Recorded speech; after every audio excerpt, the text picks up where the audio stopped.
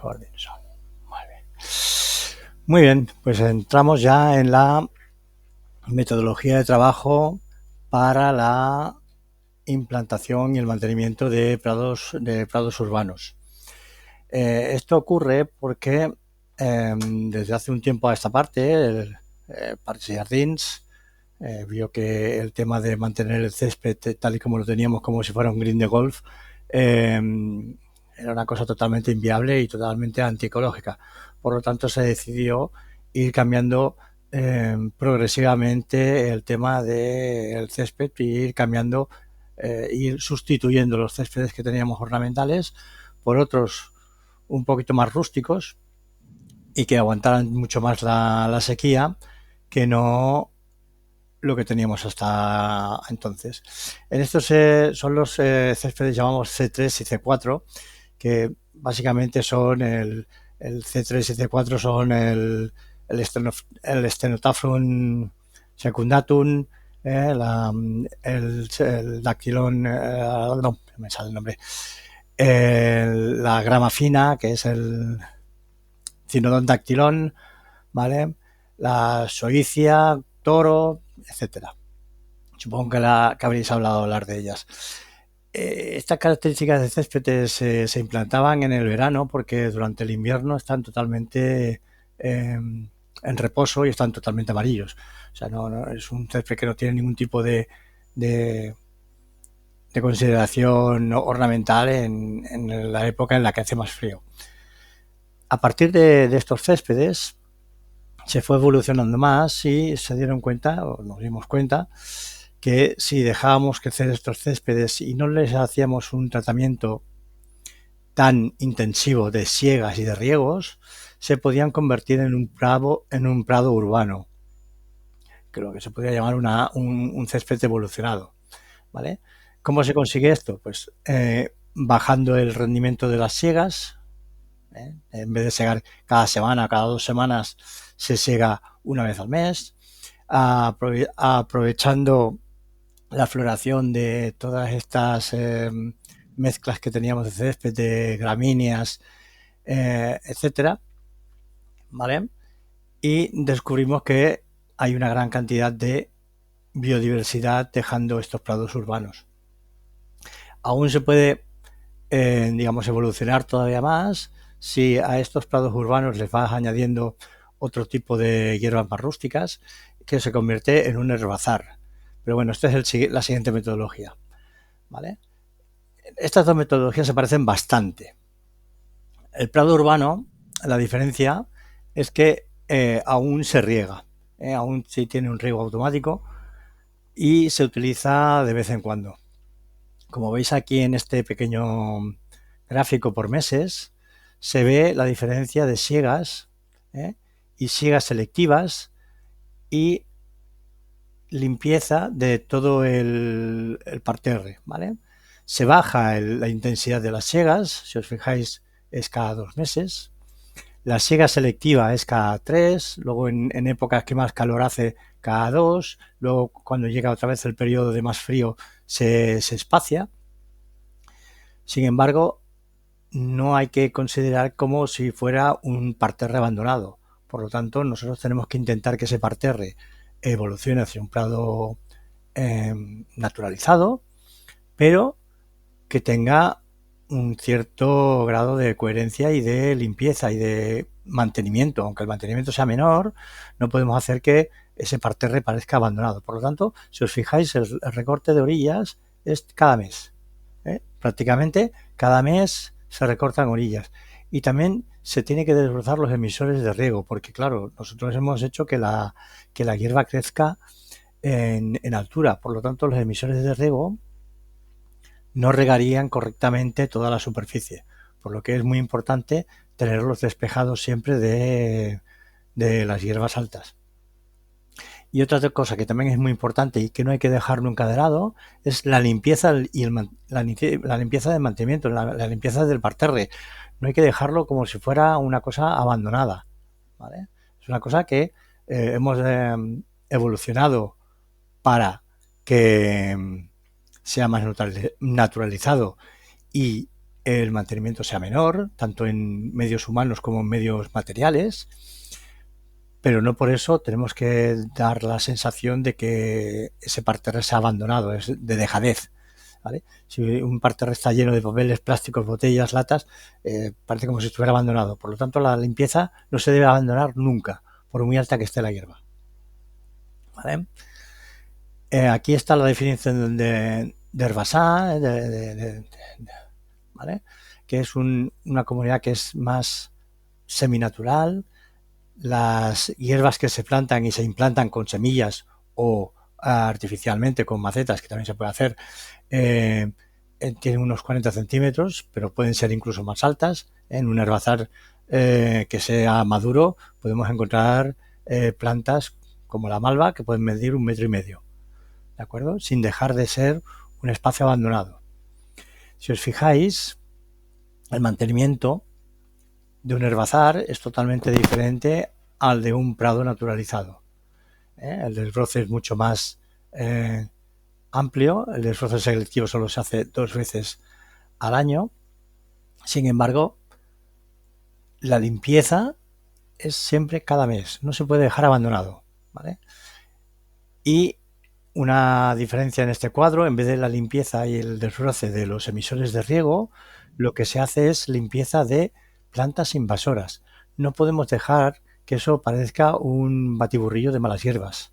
Por lo tanto, las plantas que nosotros no deseamos que estén en ese herbazar, en ese prado, las tenemos que eliminar mecánicamente, sea con magallón, con chapo o con la desbrozadora. ¿De acuerdo?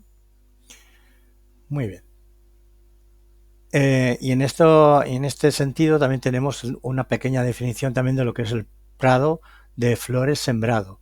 Una cosa que en un principio, si nosotros dejamos evolucionar esos céspedes, esas gramíneas, las dejamos evolucionar y que crezcan en todo su desarrollo, que florezcan, fructifiquen y la semilla caiga al suelo y una vez se vuelvan a extender y hagamos que el prado sea cada vez más vigoroso. También podemos hacer de manera más artificial, que es plantando especies que dan floración en diferentes épocas del año, ¿vale? Porque así también podemos hacer que ese prado esté con floración, con puntos de flor, con puntos de color en diferentes épocas del año, para que así ese prado sea un punto de vistoso, no se vea abandonado y sea una cosa que ordenada, ¿vale? Como veis, el cuadro de mantenimiento, si os fijáis, siempre la limpieza es fundamental, siempre se tiene que hacer, ¿de acuerdo? Y en este caso, la gestión, el sacar las hierbas invasoras o las que nosotros no deseamos que sean, también es más intensivo, para que así las flores luzcan más, ¿vale? ¿Por qué hacemos esto? Porque hemos visto que también que el valor ecológico y el valor de biodiversidad que hay en estas superficies es muy importante. Si nosotros queremos ir hacia la utilización de menos productos fitosanitarios y la utilización de menos herbicidas, lo que tenemos que hacer es intentar que la biodiversidad en ese espacio sea mayor, por lo que ellos mismos se autorregulan, ¿vale? La manera de que haya biodiversidad es hacer y plantar y sembrar plantas atrayentes para los insectos y animales que puedan favorecernos esa biodiversidad. También en el plan de trabajo hay que tener en cuenta la floración de determinadas especies para así segar en un determinado mes o no. Se puede variar en este sentido, ¿vale? Bueno, conseguimos que estas hierbas, estas diferentes hierbas sean atrayentes a mariposas que son polinizadoras, ¿de acuerdo? Y también hacen que sean polinizadores también los pájaros, comen semillas y hacen que se dispersen las semillas, ¿vale? La definición del prado urbano. importante, es cubierta vegetal formada por especies herbáceas de porte bajo o medio. Prado urbano, bajo o medio. Herbazares medio alto, ¿vale? Máximo 25 centímetros de altura.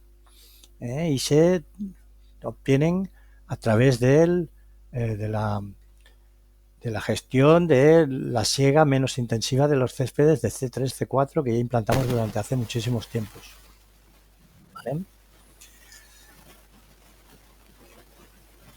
Aquí tenemos una foto de lo que podría ser una siega selectiva. Una siega selectiva puede ser que demos una vuelta al principio del parterre, alrededor de algunos árboles, pero sin acercarnos a los árboles, haciendo como una especie de figuras o cortes a diferente nivel de los prados. ¿Vale? Como hay gran variedad de especies y eso aumenta la biodiversidad, tenemos que tener mucho cuidado a la hora del trabajo de mantenimiento, sobre todo las siegas y los desbroces. Hay que hacerlos en los meses adecuados.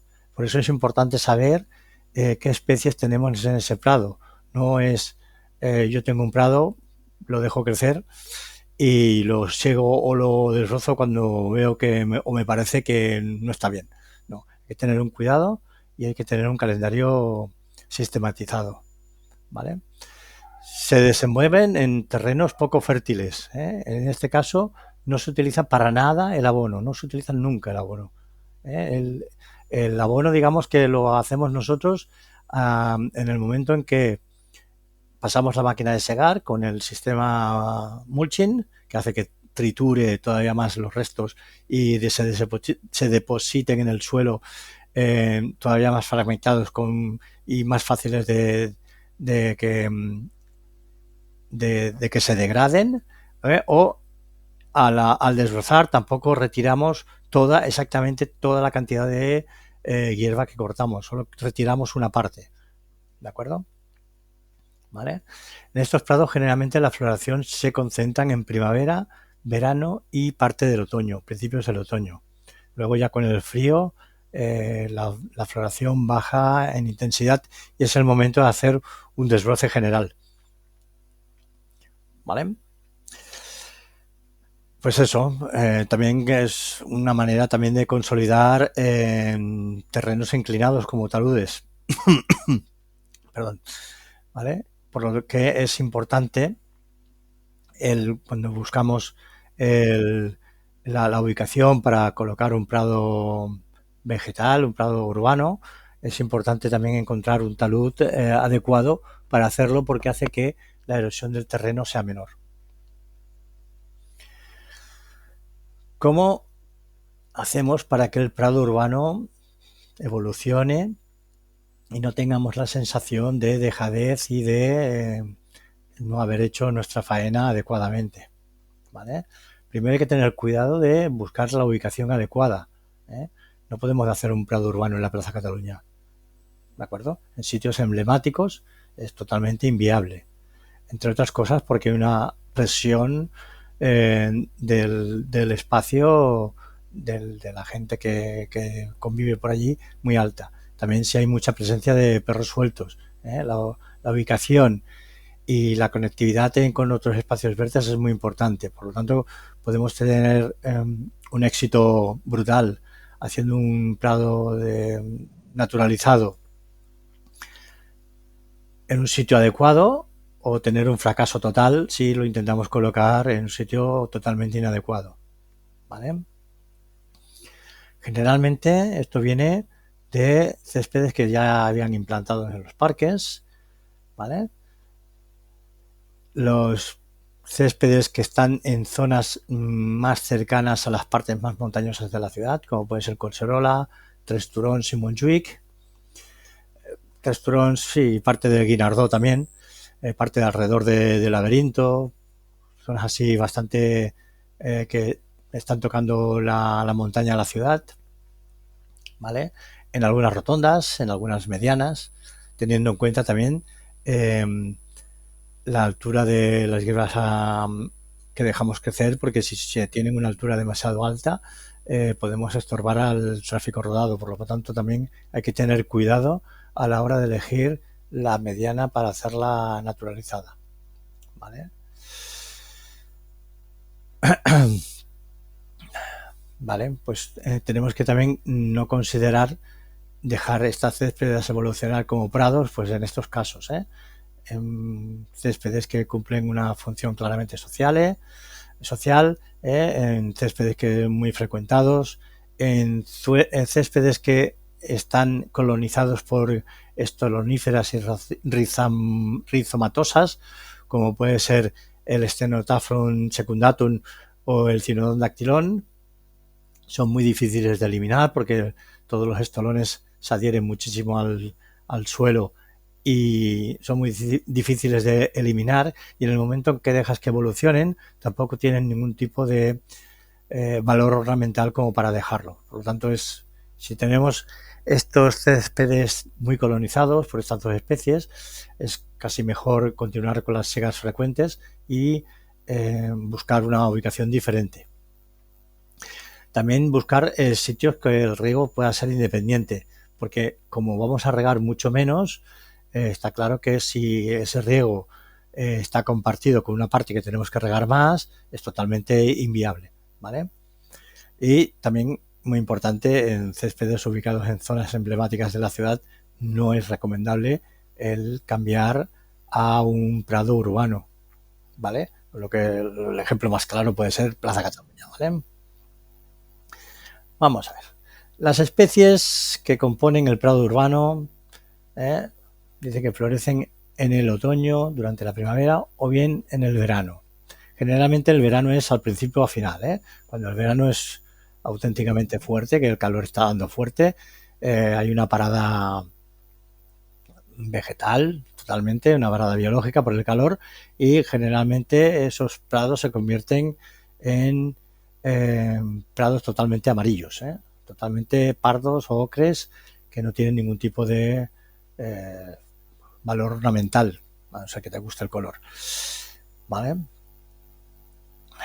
Bueno, pues las plantas que tenemos que buscar para que el prado urbano sea un éxito es el interés, sobre todo ornamental, puntos de color, floración, etcétera, su comportamiento, su vigorosidad o poca vigorosidad para hacer la mezcla adecuada. Si ponemos unas semillas de una especie muy vigorosa con unas que sean menos vigorosas, está claro que las menos vigorosas harán lo que puedan y al final acabarán sucumbiendo a la competencia de las muy vigorosas. Y el ciclo vital y el tipo de crecimiento. Un ejemplo claro es el que os he dicho ahora de las medianas, ¿no? Si colocamos un prado natural en una mediana como puede ser la avenida Esteba Tarradas, que va desde la plaza Alfonso Comín hasta abajo, hasta Lesseps,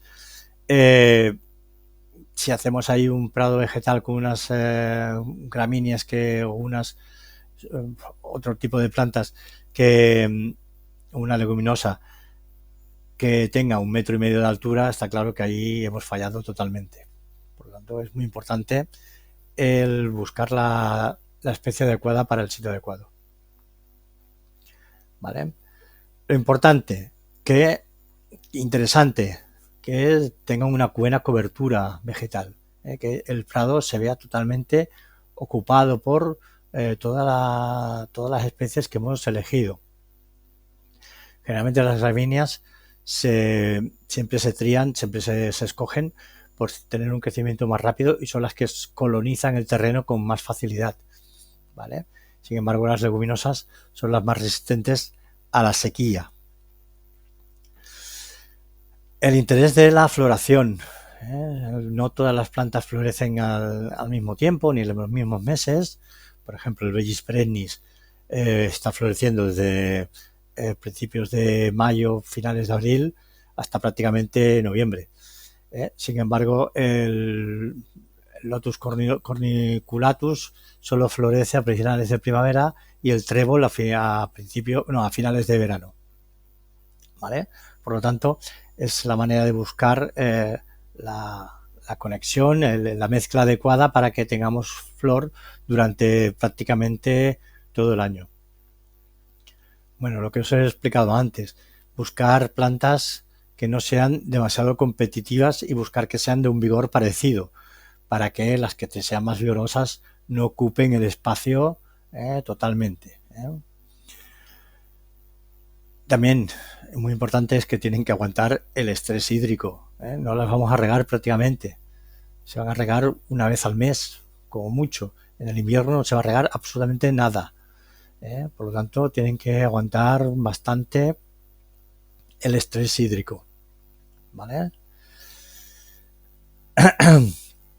Y sobre todo, hay muchísimas plantas estas que tienen flor y que hacen su ciclo vital durante un ciclo de vida en un único periodo de vegetación. Quiere decir que más o menos en un año la semilla germina, crece, florece, la flor madura, cae la semilla al suelo, vuelve otra vez a germinar. Eso más o menos en un año. ¿Vale? Son las plantas anuales, acordaros. Las plantas vivaces, al contrario, pueden tener varias floraciones durante el año si las condiciones son las adecuadas. Y también tenemos la suerte de poder encontrar plantas anuales que puedan crecer, florecer durante el otoño, invierno y principios de primavera, y así poder tener una floración básicamente durante todo el año. Son las menos, son más difíciles de encontrar las plantas que florecen a principios de otoño, principios de invierno y aguantan hasta primavera, pero las hay. Al final de la metodología hay un cuadro con plantas y hay algunas que te dicen cuándo son la floración.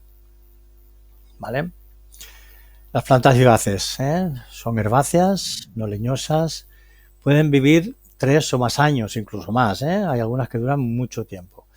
¿Vale? Tienen la capacidad de estar siempre verdes, florecer durante una determinada época del año. Generalmente la mayoría son en primavera. Y podemos encontrar que sean caducas o perennes. El que sea caduca no quiere decir que sea anual, no nos confundamos con esto. Caduca quiere decir que en el periodo que no es vegetal, o sea, en el periodo invernal le caen las hojas, pero no pierde todo su estrato vegetativo. ¿Vale? Y tenemos las más interesantes en el tema de los prados y las que más nos solucionan problemas de ocupación de todo el espacio, que son las plantas estoloníferas, que tienen, como veis en el dibujo, la capacidad de sacar un tallo largo, el cual ese tallo con el contacto con el sustrato, con el suelo, hace que salgan raíces, de esas raíces sale un tallo, al cabo del tiempo esa unión entre plantas desaparece y hace que sea una planta totalmente individual, y de esa manera esa planta va colonizando todo el espacio. Es un ejemplo típico, es el Cynodon dactylon. Si lo habéis intentado arrancar alguna vez, veréis que tienen cantidad de estolones, y a la que te queda un pequeño estoloncito en el suelo vuelve a brotar. ¿Vale? Otro caso claro es el trébol Bosch, que es el Trifolium repens o el Trifolium sp, que bueno, en tréboles hay muchísimas cantidad de plantas. Bueno, las plantas rizomatosas son las que tienen los tallos subterráneos. Esos tallos almacenan sustancias de reserva. Acordaros, el claro típico es el iris, que se ve claramente todo el tema de los rizomas, cómo van colonizando el terreno y cómo en el momento en que esos rizomas tocan la superficie, genera una yema y hace que salga una planta. Y las plantas bulbosas, la mayoría, si conocéis las plantas bulbosas, la típica es el tulipán. En este caso nosotros no cultivaremos tulipanes en los prados naturalizados, pero sí otro tipo de bulbos. ¿Vale? Sabéis que los bulbos es un tallo modificado que almacena también energía para, en el momento en que las condiciones son favorables, sacar un tallo, hacer una planta completa con su hoja, florecer, sacar semillas y volver a guardar la energía que le sobra otra vez dentro del bulbo. Acordaros que los bulbos no se tienen que cortar hasta que la parte aérea está totalmente seca, porque la planta lo que hace es absorber toda la energía que le ha sobrado en el crecimiento vegetativo para almacenarlo de nuevo en el bulbo. Es muy importante no cortar antes de tiempo. ¿Vale? Aquí hay una especie, bueno, hay unos cuantos ejemplos de bulbos típicos, el iris, el muscaris, los jacintos, ¿vale?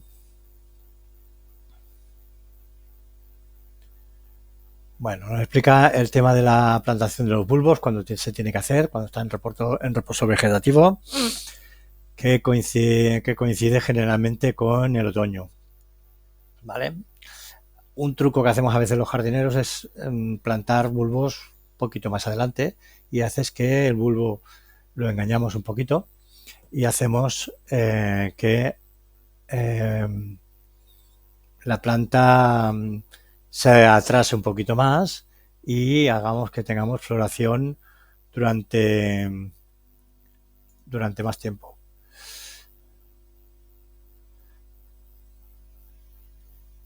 Ups,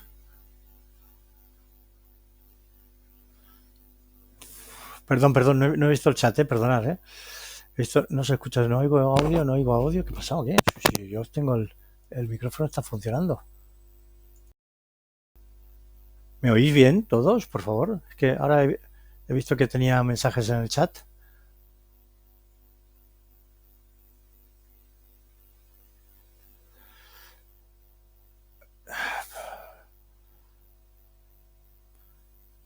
A ver, si yo no tengo a nadie que...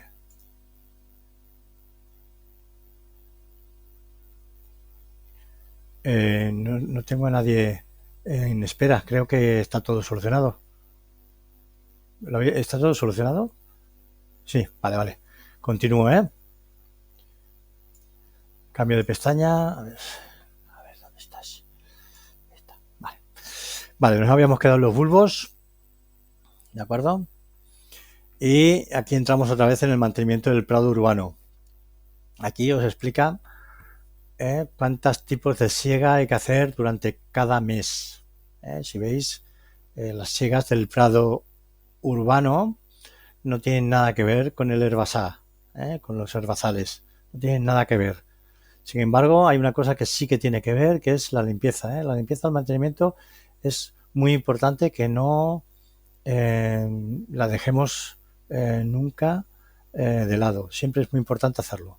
¿Vale? Y aquí también, como el riego es por aspersión, también es muy importante el despejar los emisores de riego de plantas que podamos tener que entorpezcan el chorro de agua y hagan que la superficie no se riegue correctamente. ¿Vale? Bueno, la segada eso viene condicionado por el tipo de prado. Depende de la mezcla que utilicemos, del tipo de prado que haya, pues así se siega o más alto, más bajo, con menos intensidad, con más intensidad, ¿vale? Por ejemplo, la estación del año. En invierno está claro que se segará mucho menos. Si veis el cuadro, me parece que se siega una vez solo. En primavera, ya que estamos en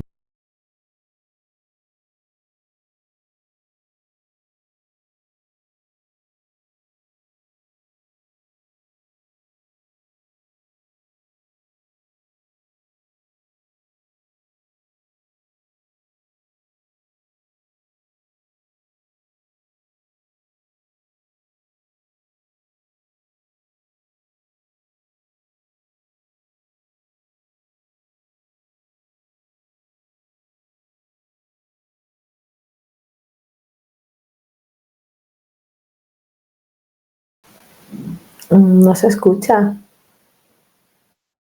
Antonio no se escucha.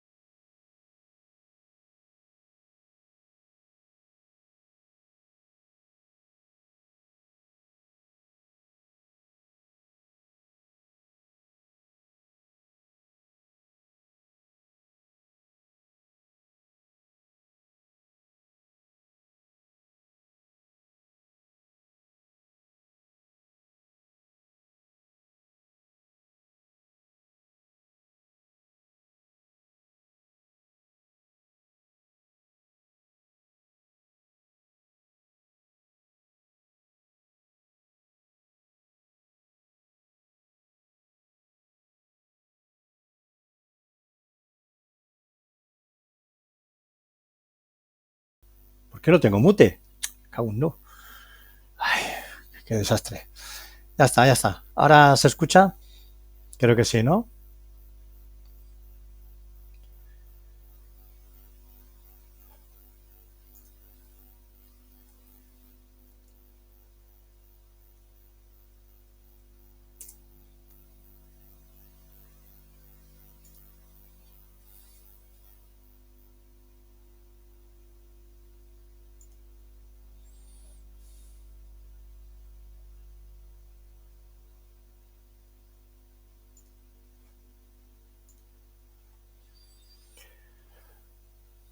Ahora sí.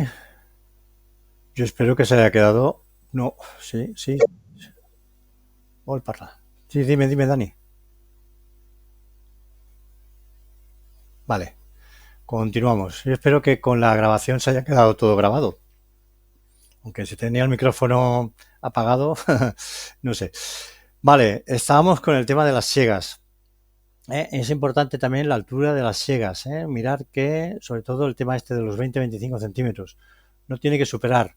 Si hacemos una siega demasiado baja, hacemos que el césped vuelva otra vez a lo que era un césped de golf, que no nos interesa. Por lo tanto, las siegas tienen que ser lo más altas posibles. ¿Vale? Bueno, aquí en la tabla se explica, en esta tabla se explica el tema de las siegas, de los desbroces, ¿vale? Y en el resumen este nos explica más o menos cómo lo que tenemos que hacer para que el prado siga evolucionando. Sobre todo, importante, cuando vayamos a segar o desbrozar, que el material esté correctamente, que corte correctamente, que funcione correctamente. Si no, hacemos que el corte no sea limpio y haga que la planta sufra, incluso que se pueda secar. Vale. Máquinas de segar, esto ya está más o menos visto. Vale, pone entre 8 y 10 centímetros. Yo subiría más, pero bueno, como lo pone en la metodología, tenemos que hacerle caso, ¿de acuerdo? Generalmente esa siega es entre 8 y 10 centímetros, acordaros, puede ser una pregunta de examen. Y el tal puede ser inferior a... Vale, la primera de Stewart. Vale, pues eso, que si cortamos más bajo en primavera y verano, que es cuando tienen un sufrimiento, o sea, un estrés hídrico mayor los prados, hacemos que desarrolle más superficie foliar joven, que hace que aumente la evapotranspiración y por lo tanto incrementa todavía más la, la pues yo no sé cómo, porque todos los demás me dicen que sí que se escucha. No sé qué ha pasado. Bueno, espero que la grabación se quede bien. Vale. Bueno, aquí tenéis un dibujo claro de cómo se ha evolucionado del corte que hacíamos tradicionalmente y los cortes sucesivos que tenemos que hacer para que el prado evolucione y sea un prado natural correcto. ¿Vale? Siega selectiva. Esto, sobre todo, hay que tener cuidado al hacer la siega selectiva de hacerlo adecuadamente y en los sitios convenientes. El sitio en el que siempre tenemos que hacer una siega selectiva, hacer que el prado sea un poquito más bajo, es en las zonas de paso, para que, aparte de no estorbar el paso de peatones o vehículos, hacer que ese prado se vea de una manera más naturalizada y mucho más agradable de ver. ¿Vale? También la siega selectiva es alrededor de los emisores de riego. Es importante que los emisores de riego siempre estén libres para que tengan una cobertura al 100% del agua. ¿Vale?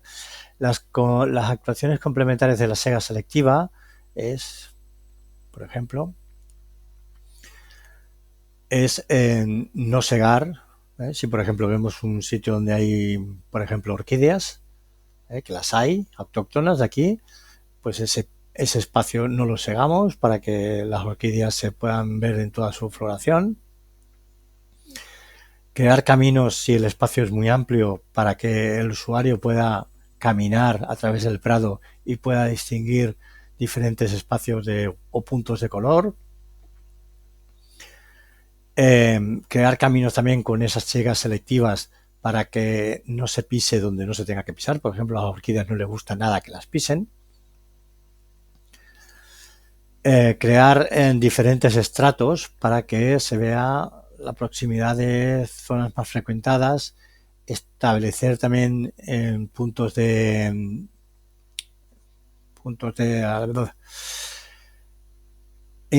interés para donde se nos quiera dirigir la vista o la atención, pues, sobre todo en zonas que son más que hayamos plantado bulbos, por ejemplo, en primavera, zonas donde puedan haber flores, puntos de color o algún lugar paisajístico concreto.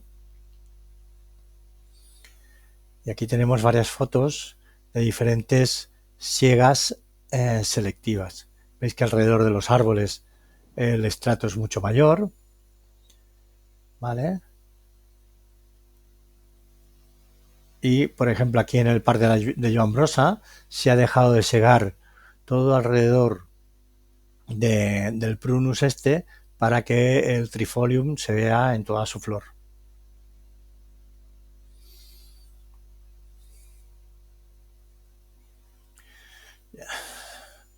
Pues yo tengo el volumen puesto a tope. Ah, ya está, sí.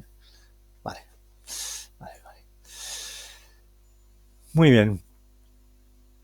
En la operación de mantenimiento más importante del riego es, según lo que queramos nosotros que ese prado sea.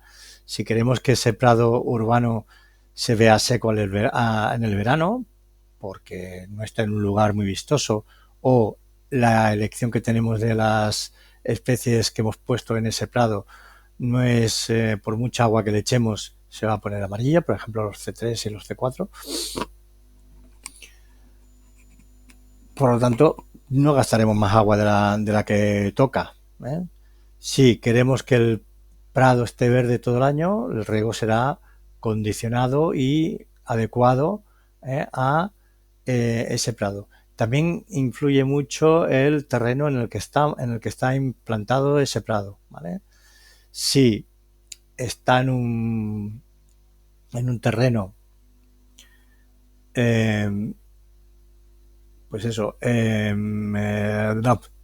arenoso, está claro que tendremos que echarle más agua, porque si no, no tirará, o sea, se secará. Si estamos en un terreno franco, el agua será más o menos la normal que le echamos en verano, unos 2 riegos o un riego al año, a la semana, perdón. Y si el terreno es arcilloso, está claro que ahí el riego tiene que ser mucho menor y puede incluso ser un riego al mes en épocas de mucha calor, ¿vale? Por lo tanto, tenemos que regar siempre que podamos y el terreno nos lo permita. Está claro que si estamos regando un talud no podemos regar en profundidad porque hace que el agua corra y no se adhiera al terreno, pero si tenemos un terreno o un prado que es plano, tenemos que intentar que los riegos sean profundos. Eso quiere decir que tenemos que hacer un riego de mucho caudal en poco tiempo. ¿Vale? Está claro que en episodios de mucha calor hay que aumentar el riego, ¿vale? También cuando ha pasado una ventada, independientemente de la estación del año. Os preguntaréis ¿por qué?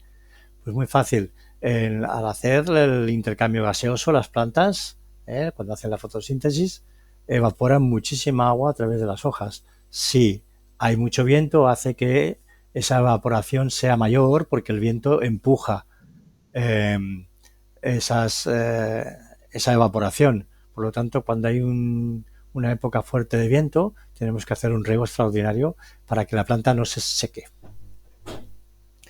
También importante, y eso va enganchado, si os acordáis, cuando estuvimos viendo las enfermedades de las plantas, el regar siempre a primera hora del día, nunca de noche, y menos en verano. ¿Por qué? Porque hacemos que el espacio tenga humedad y calor durante muchas horas. Por lo tanto, si regamos de noche en verano y tenemos un prado que tiene una estructura bastante alta, haremos que esos hongos que puedan estar ahí aletargados vivan y vivan felizmente y con una comida excelente. Por lo tanto, es recomendable siempre el riego a primera hora de la mañana, de madrugada, ¿vale? Y aquí nos explica el tema de los terrenos, es lo que os he dicho antes. En terrenos pendientes, sobre todo, hay que tener cuidado de hacer los riegos más espaciados y más frecuentemente para que el agua no salga corriendo, ¿vale? Y aquí tenemos un cuadro en el que, según el emisor es el aspersor, difusor o el broquet giratori. Vamos a ver si los emisores. Hola. ¿Hola? ¿Otra vez? Sí, No, ¿me escucháis? Sí. Madre mía. Gracias. ¿Gana? ¿Gana? Vale. Bueno, pues eso. Si veis ahí arriba los meses y la cantidad de riegos que se tienen que hacer. Como veis, en los meses de junio, julio, agosto, incluso septiembre, los riegos más frecuentes. Dependiendo del emisor, es más tiempo, menos tiempo. ¿Podéis apagar el micrófono, por favor? Es que no me entero de nada. Gracias. Depende del emisor, puede ser más tiempo, menos tiempo, ¿vale? Y también depende de los meses del año, también es menos o más tiempo, ¿vale? Tenéis claro lo que es lo del difusor giratorio, ¿eh? Creo que lo habéis visto, no sé si lo que habéis trabajado en parques lo habréis visto en alguna ocasión, lo que habéis trabajado en jardinería. Aquí más adelante hay una fotografía, ¿vale? Bueno, también depende mucho de dónde esté situado el prado, ¿vale? Depende de la situación, se regará más o se regará menos. En este pequeño cuadro también os indican, dependiendo de la situación, pues el riego, ¿vale? Y aquí tenemos unas pequeñas fotografías de lo que es un aspersor, un difusor que echa el agua en abanico de manera fija y el difusor giratorio, ¿vale? Que echa estos chorritos de agua así en forma de fuente luminosa, que como esos chorritos, el agua está en partículas muy pequeñas, también tiene que estar mucho más tiempo emitiendo agua, ¿vale? El recorte de orillas, os he dicho que era una cosa muy importante, porque un prado tiene que estar naturalizado, pero no tiene que dar la sensación de abandono. Si las orillas, si el recorte de todo el perímetro del prado está hecho de forma correcta, entonces daremos la sensación de que estamos trabajando en un prado natural, no en un parterre totalmente abandonado, ¿vale?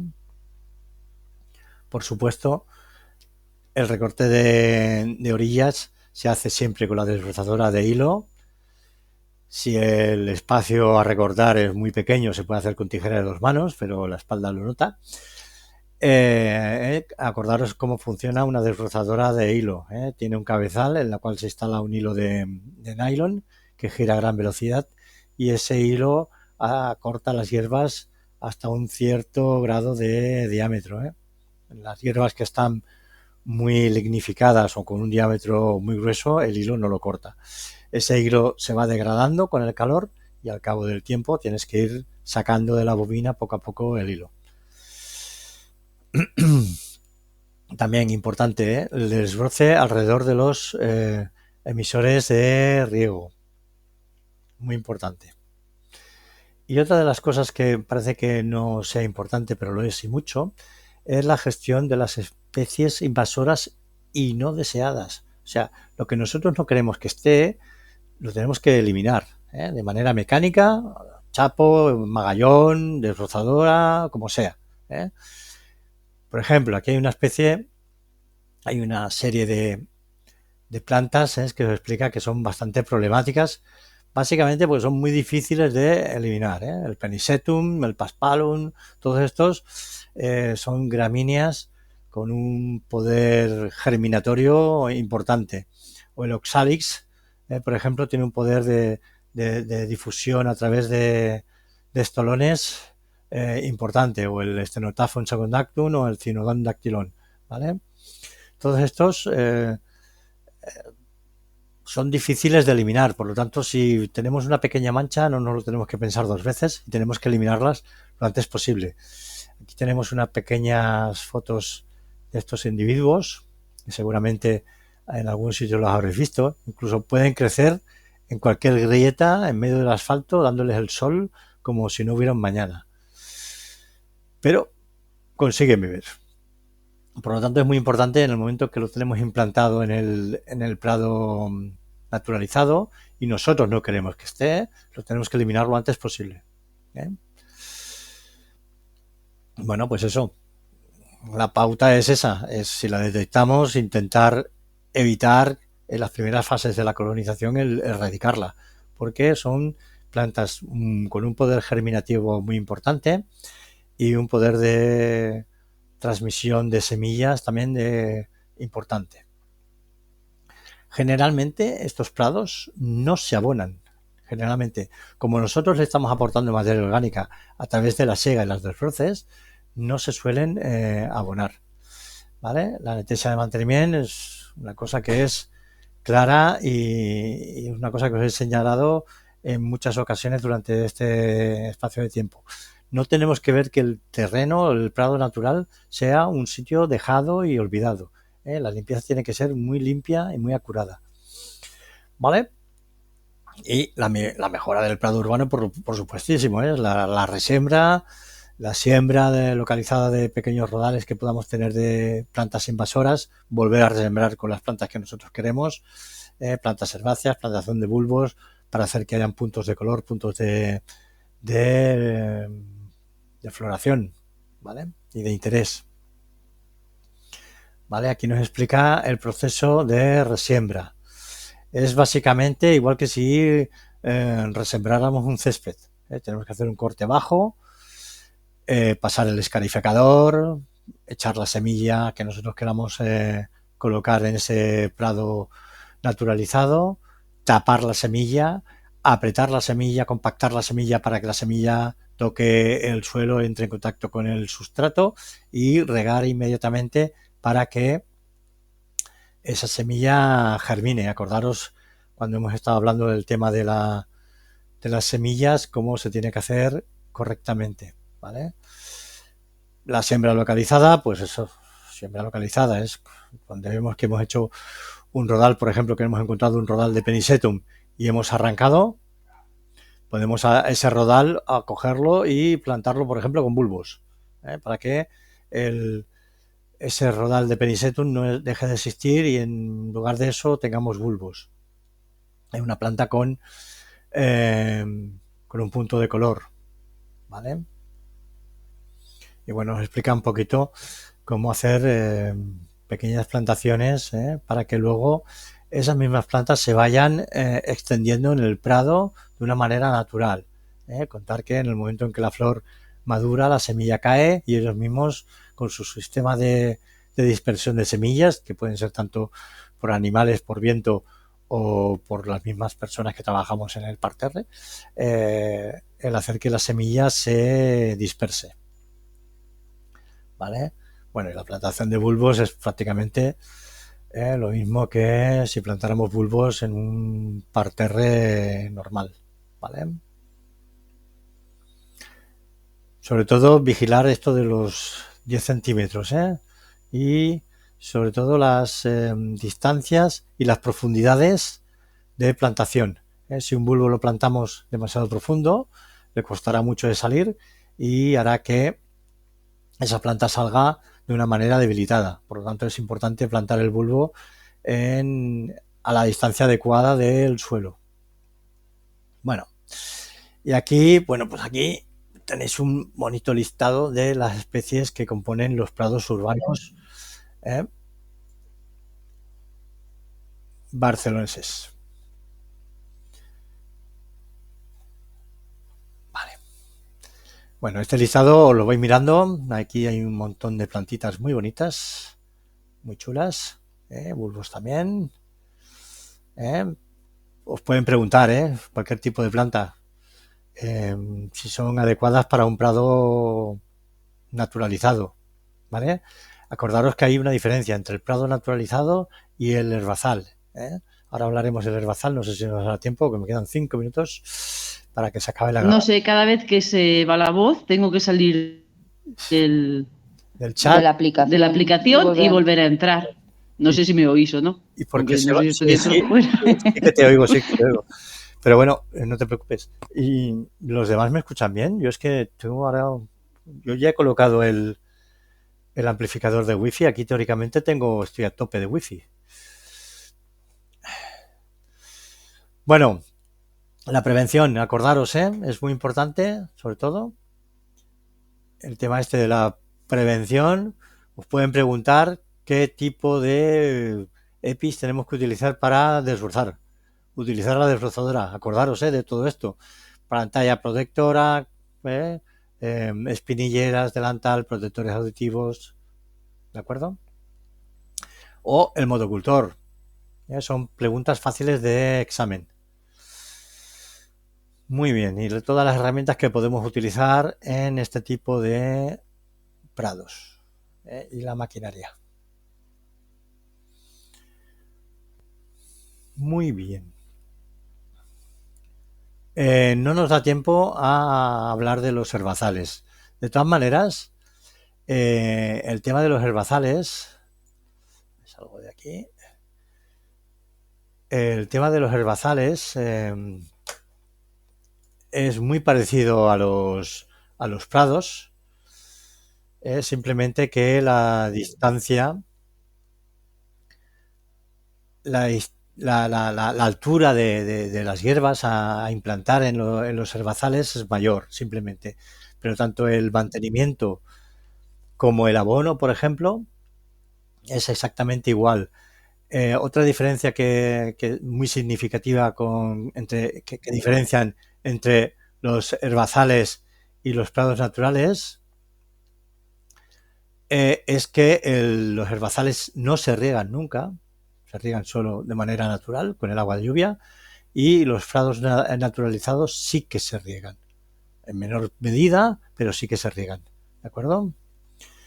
Aquí en el chat me preguntabais, entonces podemos...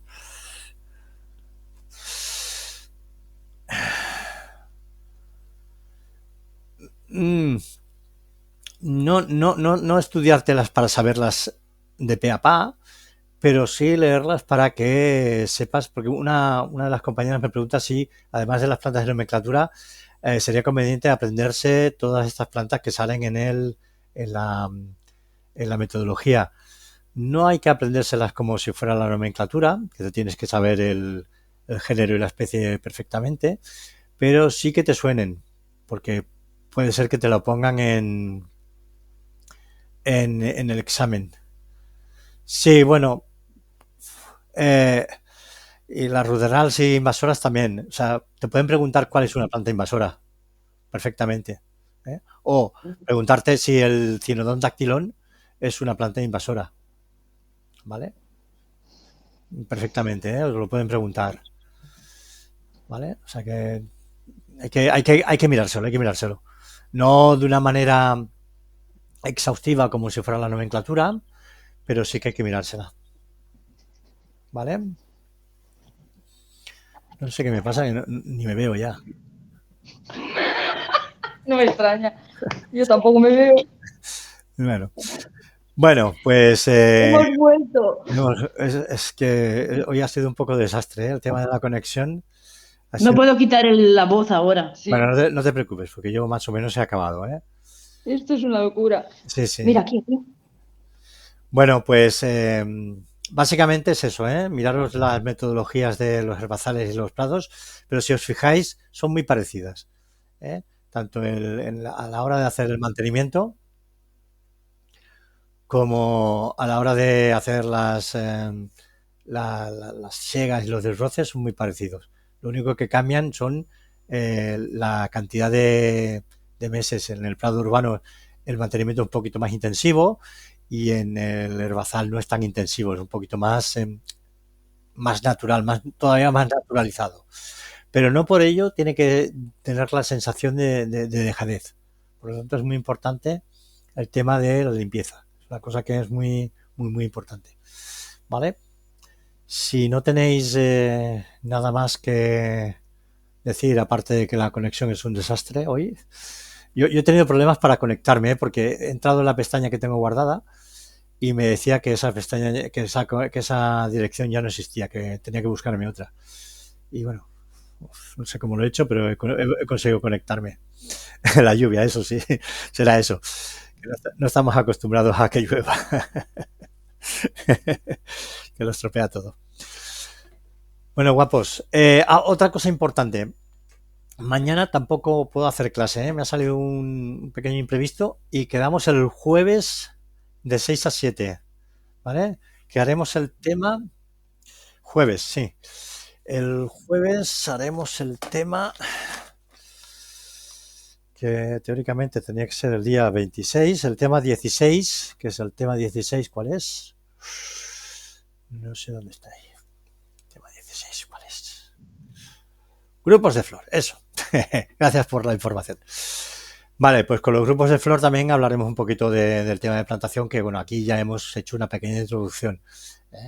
Pero bueno, básicamente, si os fijáis en el tema de la jardinería, aunque vayamos hacia un sistema mucho más naturalizado, la jardinería tradicional sigue alimentándose de la naturalizada. Por lo tanto, hay cosas que son imprescindibles, como el plantar, el mantener, el segar, el desbrozar, el limpiar, que son cosas que son totalmente imprescindibles a la jardinería, tanto la tradicional como la más moderna y ecológica.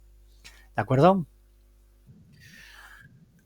No, de momento no se sabe nada de examen, no sabemos nada. Hasta que no saquen las listas definitivas, no pueden poner fecha de examen. Lo que sí que es cierto y es posible, no lo descarto en ningún momento, es que en el momento en que publiquen las listas definitivas, también publiquen el día, o sea, el día del examen, la hora y el lugar, que a veces lo han pasado, lo han hecho. ¿De acuerdo? O sea que hay que estar atentos el día que publiquen las definitivas para ver si hay fecha de examen. Y otra cosa, las personas que también que se han quedado excluidas, no desesperéis, buscar el por qué os han excluido, que a veces es porque no han podido leer el PDF, porque lo habéis enviado en un formato inadecuado o en un formato que no han podido leer desde allí. Entonces, si no lo pueden leer, lo descartan, ¿vale? Pero vosotros insistir y volver a presentar la documentación, porque es una lástima que nos podéis presentar por un pequeño fallo burocrático, ¿de acuerdo? Pues no lo sé, depende del equipo de recursos humanos, de que encuentren el sitio adecuado, las personas para hacer el control del examen, que les hayan hecho ya el examen, etcétera. Hay varias cosas que influyen en la fecha del examen. No se sabe. ¿Vale? Nos vemos el jueves a las 6. Adeu.